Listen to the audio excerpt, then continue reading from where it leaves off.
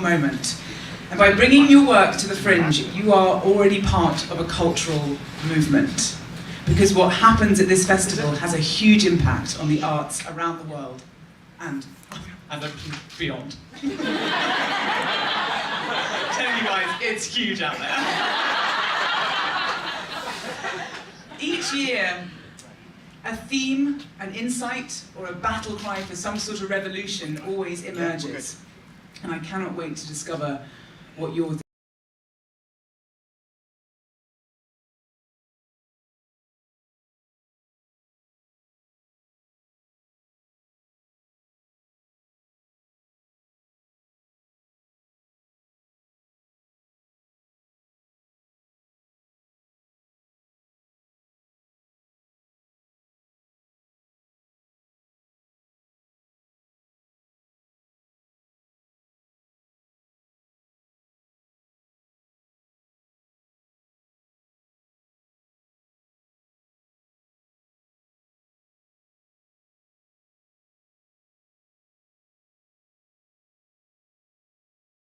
Theatre, children's theatre and live art. He is a literal festival of talent in himself. It is my absolute honour and privilege to welcome to the stage the Gateau Chocolat.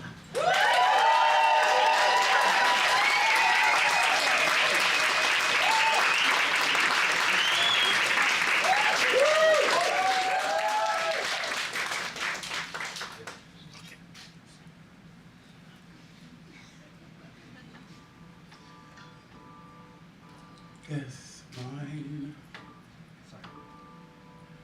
Guess mine is not the first heart broken. My eyes are not the first to cry.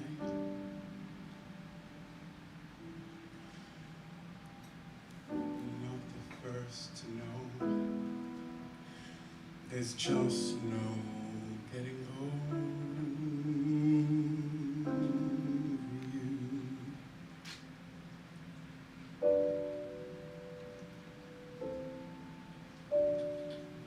They say that I'm a fool who's willing to sit around and wait for you. Baby, can't you see there's nothing left for me to do? Hopelessly devoted to you.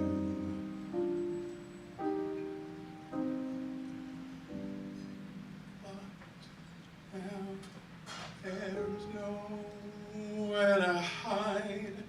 Since you pushed my love aside, I'm out of my head.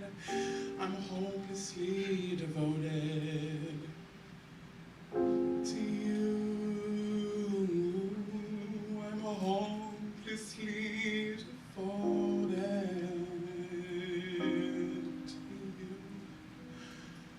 to you. To you, hopelessly devoted.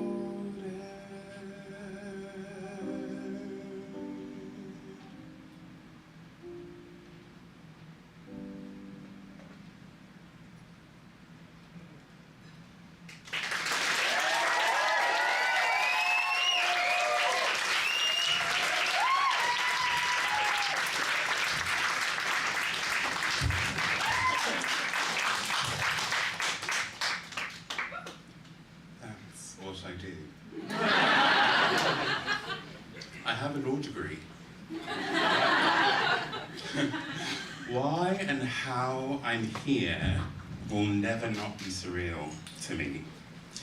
Being of dual heritage, Nigerian-British or British-Nigerian, whichever exoticizes me enough for you, a law degree was the path, one I took for 3 years at Sussex University. One that unabashedly told me that whilst this is in line with the West African prescription of doctor, lawyer, engineer, anything with a title, this is not your path. Sure, you thought you were good on the debate team, but was that the debating or the theatricality?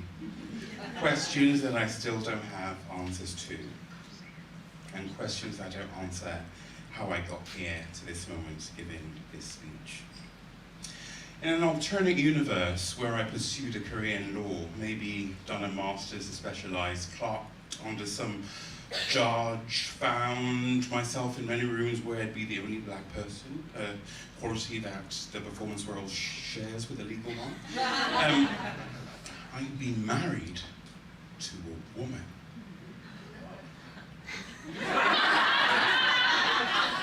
Would I have chosen that drag?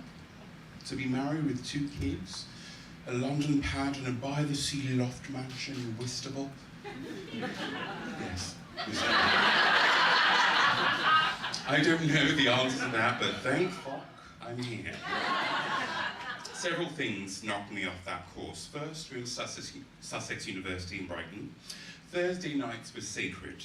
Dynamite Boogaloo, a club night at the joint. You had to wear your clubbing shoes because it got dank in that basement. Everything sweated. People, the walls, your clubbing shoes. People still smoked inside. Boogaloo, she would rock your life with Destiny's Child, Lose My Breath, and then blend seamlessly into Khalees's Milkshake. And you're like, give me a fucking break, I'm out of breath. And the breathlessness is precisely the point. At 12:30, Boogaloo Stew would take to the stage with Dolly Rocket. And they would do a little cabaret, sing a couple of songs, and then do some game shows. A game show like Kiss the Chicken.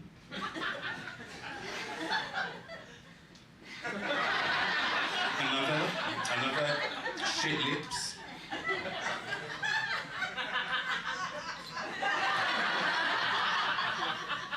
Not true. A wonderful one, but for another time. Now, Boogs, Dolly, Dynamite Sal, Marianne on the door, and Deb, the club manager, who no one could or would fuck with, were my gateway to a world I didn't know existed, but I knew I belonged to. You know, like the first time you watch Xanadu.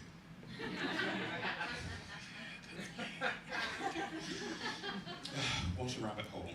It was church every Thursday, and they were hedonistic gods that birthed Malteser chocolate. Dolly heard me singing on the dance floor, and one night pulled me up to sing a couple of lines of her song, Diamonds Are Forever, and like that, I had a queer family, the first of many. The tale is an important one because it's my origin story. Dolly gave me a faded gold caftan and an afro wig. Princess Twinkle knickers.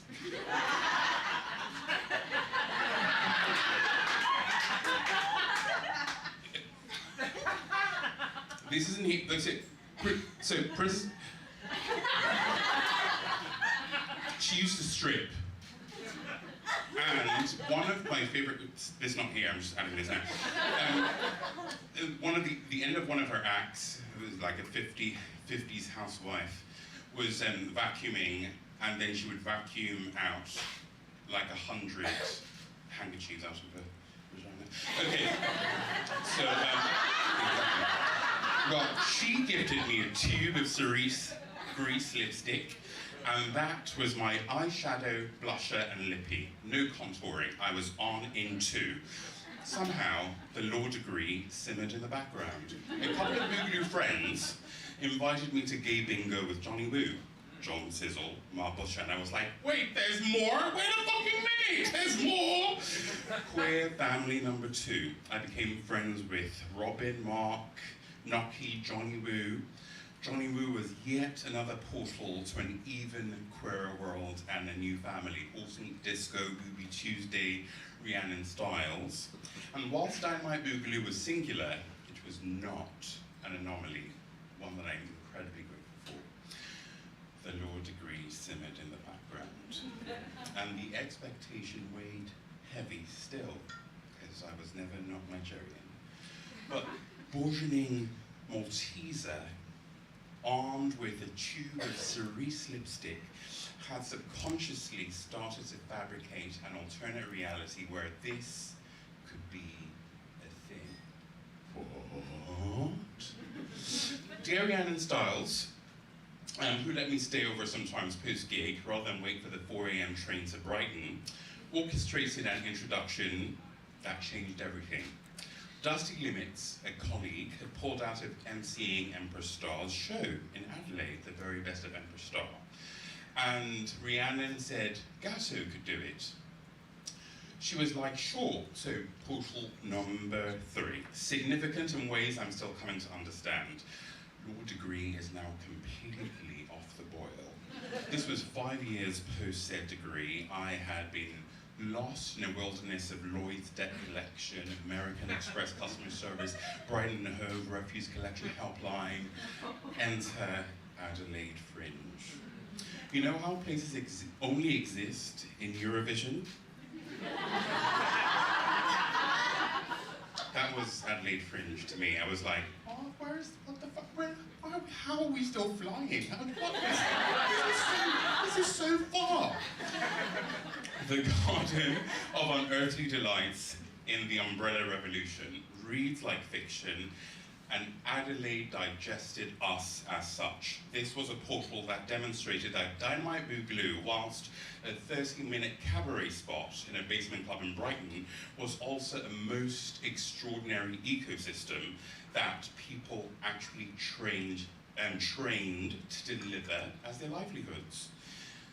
I met Markham Fairs before they were briefs. I met Polytoxic, I met Ali McGregor, I met Tommy Bratson, now dear friend and writing partner.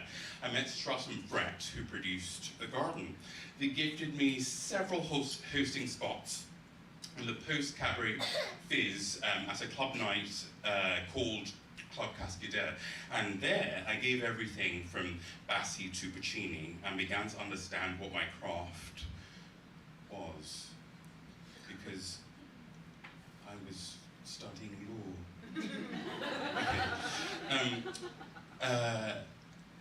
But I came to learn from my mentor, it's all allowed. At this point, I like to call back to a word I used in the opening, exoticization, and add fetishization, and possibly celebration. It was a smorgasbord of digestion, as no one knew quite how to frame or describe me, and frankly, neither did I. I knew I wore skin-tight lycra, and I knew the lyrics of the songs that I sang, but I didn't know how to be a drag queen because I wasn't one, and I didn't look like any that I'd seen. So, armed with no knowledge but adventure, curiosity, and lycra, I plunged myself into this world I knew nothing about, the fringe world. Enter Strutt and Fret. That same year, 2008, Strutt and Fret invited me back to Australia to be part of a show called Feasting on Flesh. The singing role was now vacant because the previous artist, Wally, got here, was busy being an international superstar with his hit Somebody I Used to Know. The show was a blend of circus, cabaret, theatre. Most of the season sold out before we even arrived in Brisbane. A week into rehearsal, Strutt and Fret offered another portal, Edinburgh Fringe. Wait, there's another one of these? And it's in the UK? 2008 felt like a series of doors that held unknown and enticing promises.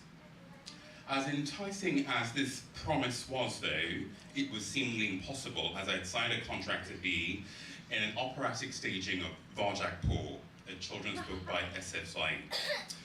And rehearsals started in August. Scott Maidment, maverick of Strutt and Fret, said he would do anything to make it work. Anything came to mean 2 flights a day for the entire month of August in 2008. I would fly to Gatwick at 6 a.m. for a 10 a.m. to 6 p.m. rehearsal at Sherwood Space, dash to Heathrow or Gatwick for my flight to Edinburgh, be met at the airport by Natalie with my makeup bag and costume.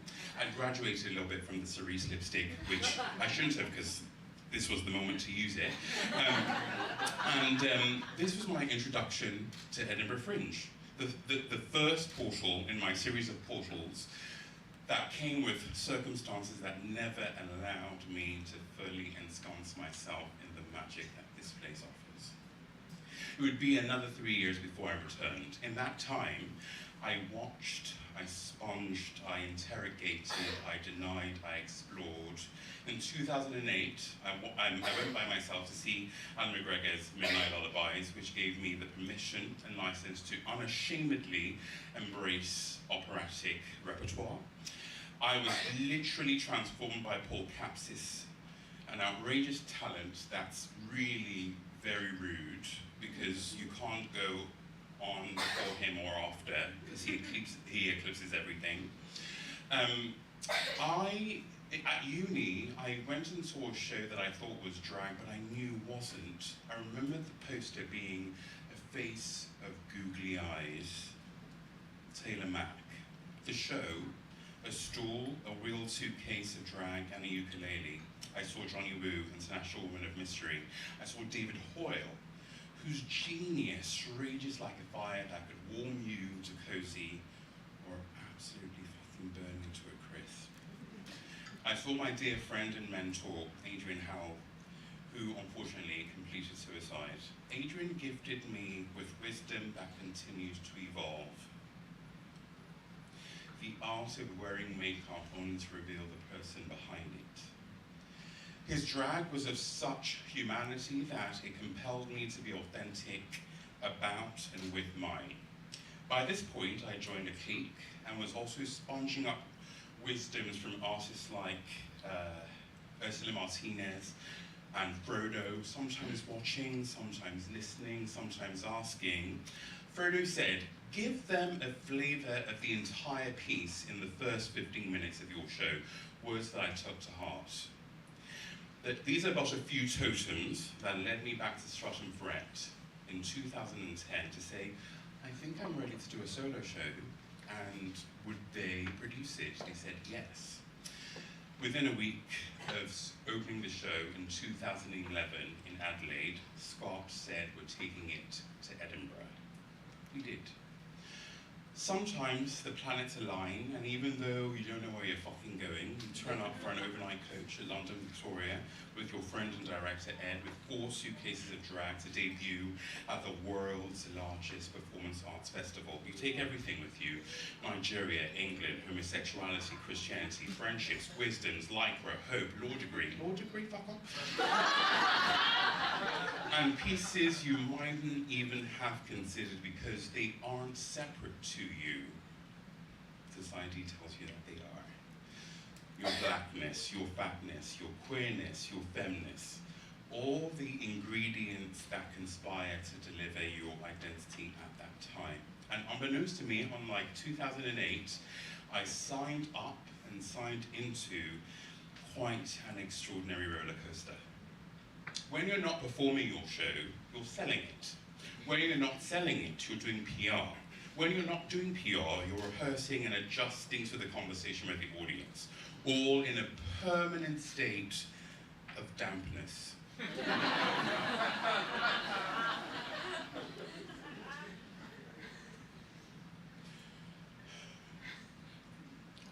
It's wet. It's wet. The exhaustion is at a cellular level, whilst also being deeply invigorating. You're on a constant high which amplifies the lows, however brief they are. It was 2011, I was 29, and because we don't have the privilege of both watching and living an experience, I didn't know my life was changing. It was pre-mainstream drag, so I don't know what they were expecting, but whatever it was, I wasn't. And it was magic. I absolutely relish subverting expectation. This was present in the show, but even more in guest spots. Porn section, macho as fuck. I walk in, I finish a show, I'm wearing a black kimono, face full of makeup to rehearse Nothing Compares to You. They're all non-committal because they're lads and, you know, nothing matters. And like we've heard it all before, we've done it all before, is drag. In the opening bars, the air in the room changes and we become fast friends and everyone's like, let's fucking make magic. And it was. With audiences and guest spots that year, always giggles first and then feeling the energy change. Magic. Spank, You Love It was an 11:30 spot, 11:30 p.m. spot. Spank, You Love It, I hated it. I was like, to PR, why the fuck have you booked me for this? Thinking on it now, it's because I defied classification, so they threw me into anything and everything. Comedy, talk shows, best of the best. I walked on stage for Spank, evening Spank. They scream, You love it, and I say, I don't actually, this is too fucking late and I've already had a Xanax. And they all laugh thinking it's part of the routine. And I'm like, oh, just play the song. Just play the song. They're raucous. My calling card that festival was Nothing Compares to You. The raucousness gradually melted away, and again, the energy in the room changed.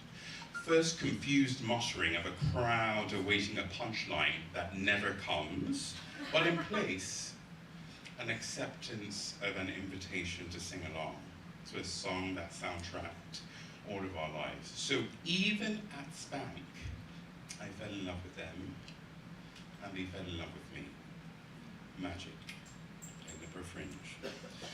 The magic of Edinburgh Fringe was very present in 2011, and I was very lucky enough to tap into the zeitgeist. Shows sold out, reviews were great. I got a London transfer to the Melting Chocolate Factory, to Sydney Opera House, to Poland, Christchurch, New Zealand, Melbourne, Auckland. Sorry, it was really fast. It set me on a course that introduced me to Basement Jaxx and had me performing with them, with the Metropole Orchestra at Barbican. It's how T-Mobile found me, and I was part of it. Flash mob, it literally changed my life, but I didn't know, because you just turn up and you just do all these things. I then returned to Edinburgh Fringe with a show called Black, years later, a meditation on depression, an ode to two friends, my mentor, Adrian Howells, and Emma Kielander, who had completed suicide. This was a different kind of magic, because not only did I subvert the drag expectation, I went somewhere that was still considered taboo, mental health. We're talking about it a lot more, and that's a development I'm most grateful for. But then it was not a prominent conversation. Those two things seemed incongruous. A drag queen, a clown, and depression, but there I was, making it congruous. Black was hard because woven through it are their names, Adrian and Emma. And an invitation to audiences, actually not audiences, some amorphous blob, but rather an invitation to people, directly to people, to engage with their mental health and the mental health of people around them. Black in 2015 opened two portals that seemed to change, that seemed to be life and career expanding, but ended up being very toxic. First, a new producer. For new artists, my advice to you is to do your research before accepting representation, and that research should include speaking directly to other artists that have been produced by said entity. Also, I encourage you to really understand your worth and value, and if that's something you struggle with, all of us are available. Reach out to your contemporaries. I reached out to artists as part of my research for this today. I spoke to Michaela Berger from Adelaide, who offered a phrase that spoke directly to me, and I imagine speaks directly to every artist in this room. None of us chose to be an artist. Being an artist chose us. The second portal opened by Black was to Bayreuth, literally the Mecca of Wagner. like the elite of the elite of the elite. So much so that the attendees are called pilgrims. A most extraordinary life experience. Maybe this German director, Tobias, had seen me online, but it was at Edinburgh Fringe that he saw my work live and asked for a meeting. He pitched the idea that was an idea for Tannhäuser that was most fascinating. Tannhäuser, the hero of the opera, has to pick between two women, Venus and Elizabeth. Instead of offering Venus as a goddess, something ethereal, he wanted her to be represented as an alternative lifestyle. Cabaret, circus, carny adventures. So his decision, Tannhäuser's decision, would be more than just the woman, but instead a complete part of his identity and lifestyle. The director, Tobias, brought his entire team to see my shows in London the following year, Icons and Ducky, and they were all very excited.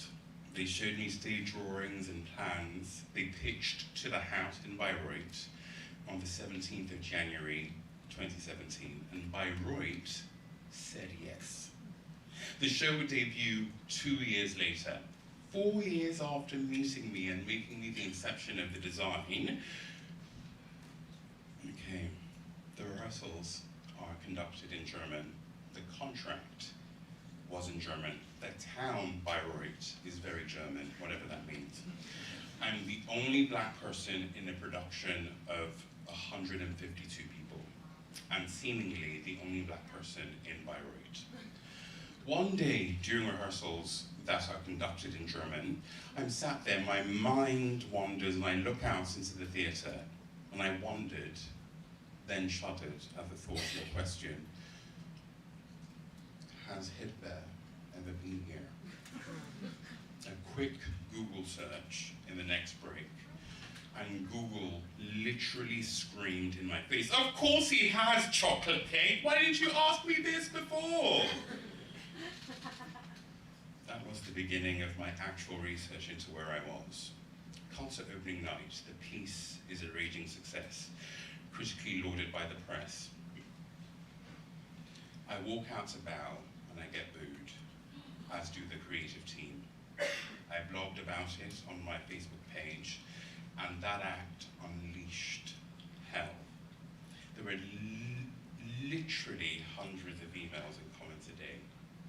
An email came from mine@mynazi.com, and it read one word, nigger. And whilst it wrought hell, that extraordinary life event started at Edinburgh Fringe. Again, fellow artists, as you adventure, even in your excitement, to take up invitations that seem beyond your imagination, do your research to safeguard your mental health and your self-care. And one of the quickest ways to do this, in the first instance, is to research prospective partners and offers. The next time I would return to Edinburgh was in 2018 with 3 shows: Ducky, Icons, Johnny Woo's Brexit musical. Ducky played a square of Edinburgh that I love, Summer Hall. Ducky was my first foray into family theatre, and it was born in Colchester Arts Centre. I took the long route round, Perth, Adelaide, then the Southbound Commission, supported by the Arts Council. Ducky is a show that speaks directly to otherness. Inspired by the Ugly Duckling fairy tale, here our duck doesn't become a swan. They become the duckiest they've ever been. An encouragement to anyone who feels marginalized or is othered that you are enough.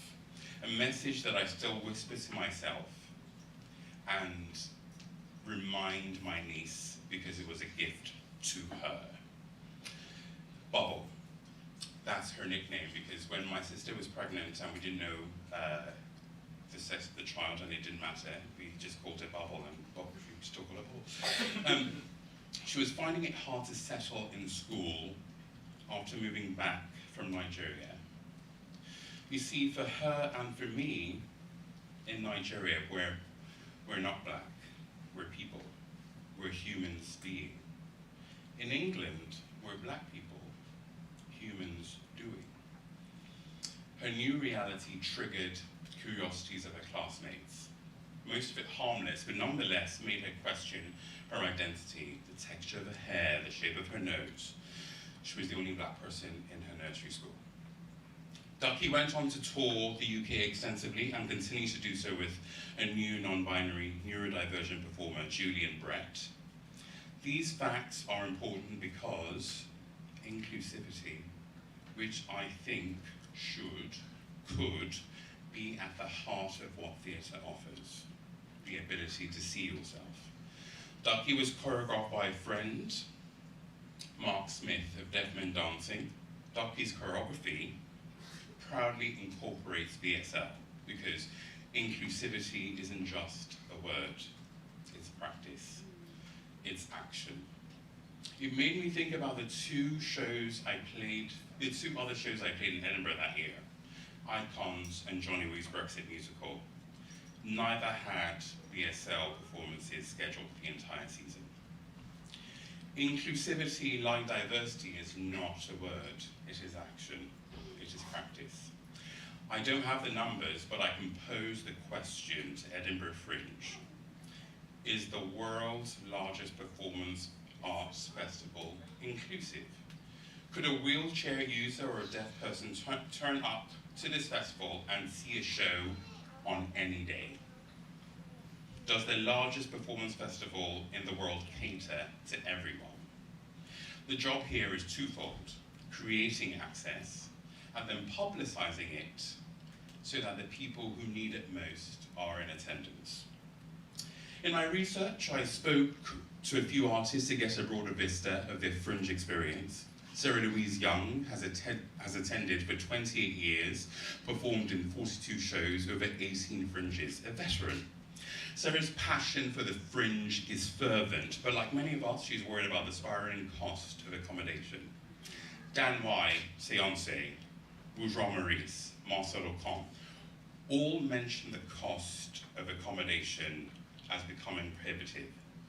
While Sarah's not performing this year, she's attending with 2 shows that she's directed, and she said the budgets for one of the shows included a 3-bedroom house rented at £5,000 for the month.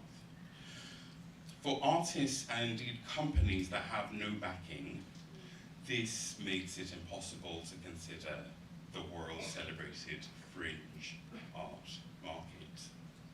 So when we're talking about access, this extends not just only to disability, but to artists, and intersectionally speaking, artists with disabilities. And then that access extends further to audiences. A quick search revealed that the cheapest room for this weekend was a bunk bed in a dorm at £200. And for a private room for 3 nights, £700. I reached out to a fellow clown and complete idiot asshole, Alexis, better known as Marcel Lucan, again a veteran. His first fringe was 1998, 25 years ago. Marcel remains feverishly excited about the fringe. He started bringing his children up. Like Sarah Louise, he spoke about the important role the fringe has played in invigorating the festival. He spoke directly about the importance of the free fringe. For him, they were an invitation to return to making art for art's sake. Sarah made the same point. She crafted her caper show on the free fringe and then returned with the same show to play Assembly's Piccolo. Alexis believes in the inherent democratization of asking an audience to pay what they can or what they feel the show is worth. Both he and Sarah believe one of the reasons the fringe continues to work for them is that they keep coming back. It's an admirable model, but one that can't and doesn't apply to all of us. Some of us can only come once. Before I came on stage, I met Erin, doing a show called Me Too. And Erin has literally just arrived in Edinburgh, got the bus, and come here. And Erin, I was like, so you're show new? She's like, I've done it in California, I've done it, this is your first time. And she was like, I've put everything into coming here. And that's a story that I imagine is one for everyone in this room. Bourgeois Maurice felt like they really never found an audience for their work in this market and simply cannot afford to come up and not earn. Dan Wise, Seance, feels his return was marred post-COVID. There wasn't just a normal footfall with people taking a punt on shows. Before, all 6'5" of him as Seance flyering would translate to at least one to 5 tickets, but that wasn't the case last year.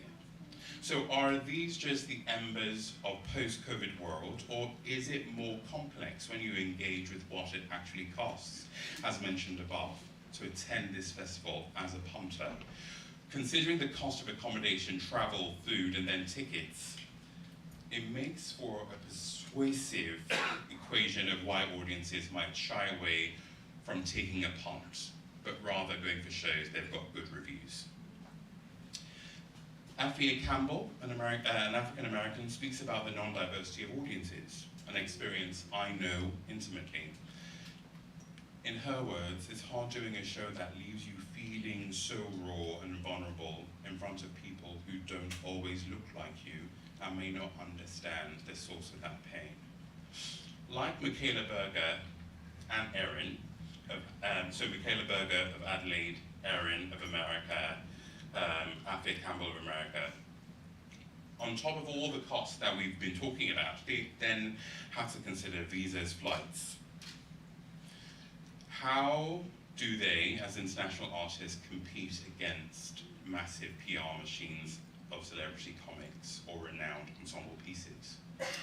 A friend, production manager, who does the same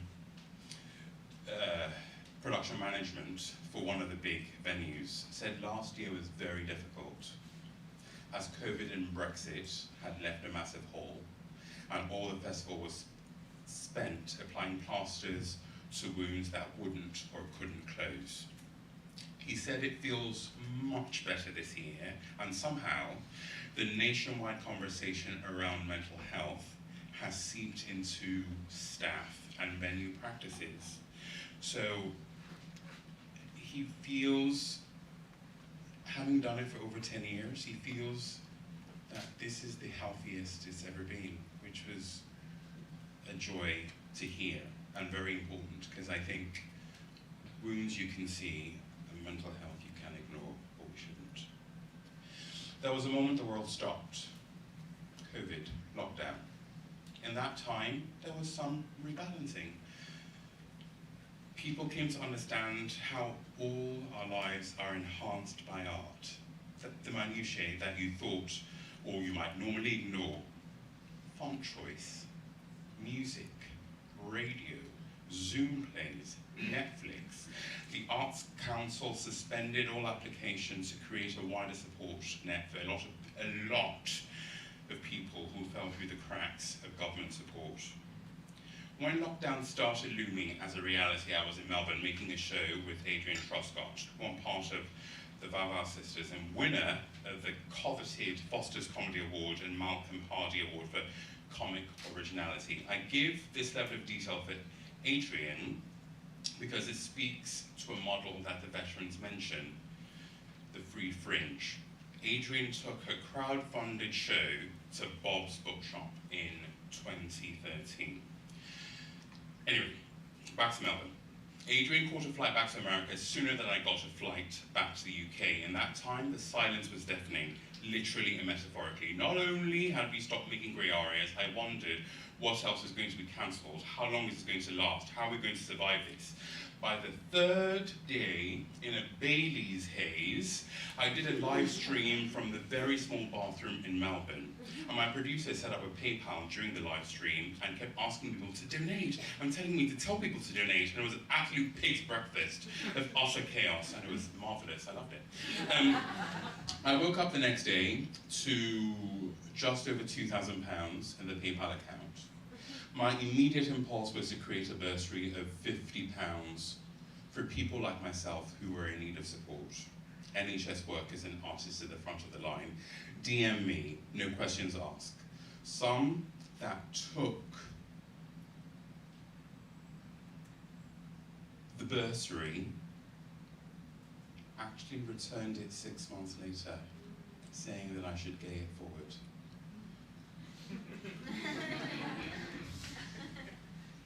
People are incredible. Anyway, the point I'm trying to make was that there was a window where everyone depended on some form of art for our collective sanity, entertainment, distraction, amusement. It felt like the world and artistic organizations made a promise to support artists because all of a sudden they understood our value. I didn't make this comparison, but I crave your indulgence. We stood on our doorsteps and celebrated the NHS for being on the front line. Today, many of our nurses have to use food banks. Because here's the thing, applause doesn't top up bank accounts. It's the same government that lauded them as heroes that had forgotten the Herculean efforts to keep us safe. And they had to strike for the 5% increase they eventually got. The same thing applies to art and artists. Our elasticity doesn't mean we can't break. I urge the Fringe, the council, the audiences, producers, and fellow artists to remember the value they prescribe to our offerings when the world stopped. We are still those people. Who does the phrase, largest performance arts festival in the world actually serve? How can we all learn to prioritize performers and their art that make that phrase true? Has the Fringe gotten too big? And if the answer to that question is yes, what is to be done about it and who is going to be doing the doing? I don't have the answers, but I can promise to be part of the solution. There is magic here. I haven't found it at every Fringe I've attended, but I found it several times. You can and will be in conversation with your audiences. My hope for artists present and all the artists at this festival is that you indeed find audiences. And as with the message of Ducky, you are enough. And the experiences that you've had that led you to this very moment, hello Erin, believe in them. Lean into telling your stories as authentically as you can versus seeking validation from audience numbers, audience responses, and reviews. If you succeed at doing that, tell me how, because at 41, I still don't know. There is no greater agony than bearing an untold story inside of you. Words by Maya Angelou. Facilitators of storytellers, my plea to you is please don't take advantage of our reality as aptly captured by Miss Angelou's words. What we do is who we are. Thank you for your time. With gratitude for that time and this platform, I'd like to indulge and ask for the permission to offer my calling card of 2011 as an ode to this festival, but more importantly, as a tribute to an artist that's no longer with us, Miss Sinead O'Connor.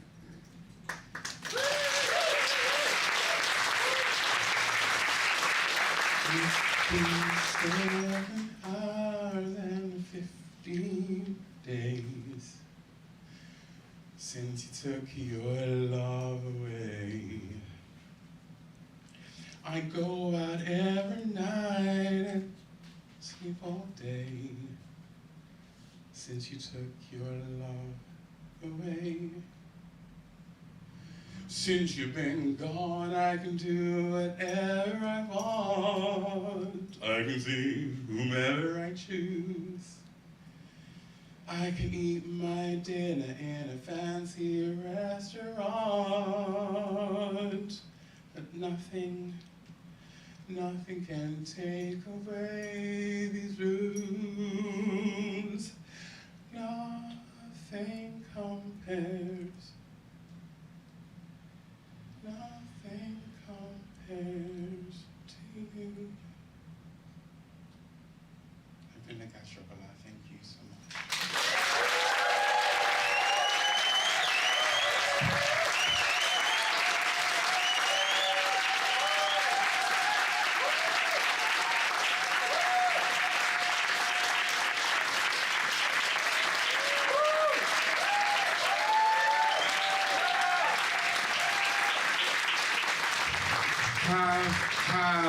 So the most important thing, have the most extraordinary festival 2023. It's always new, it's always fresh. I wish you all the magic. Thank you and good night.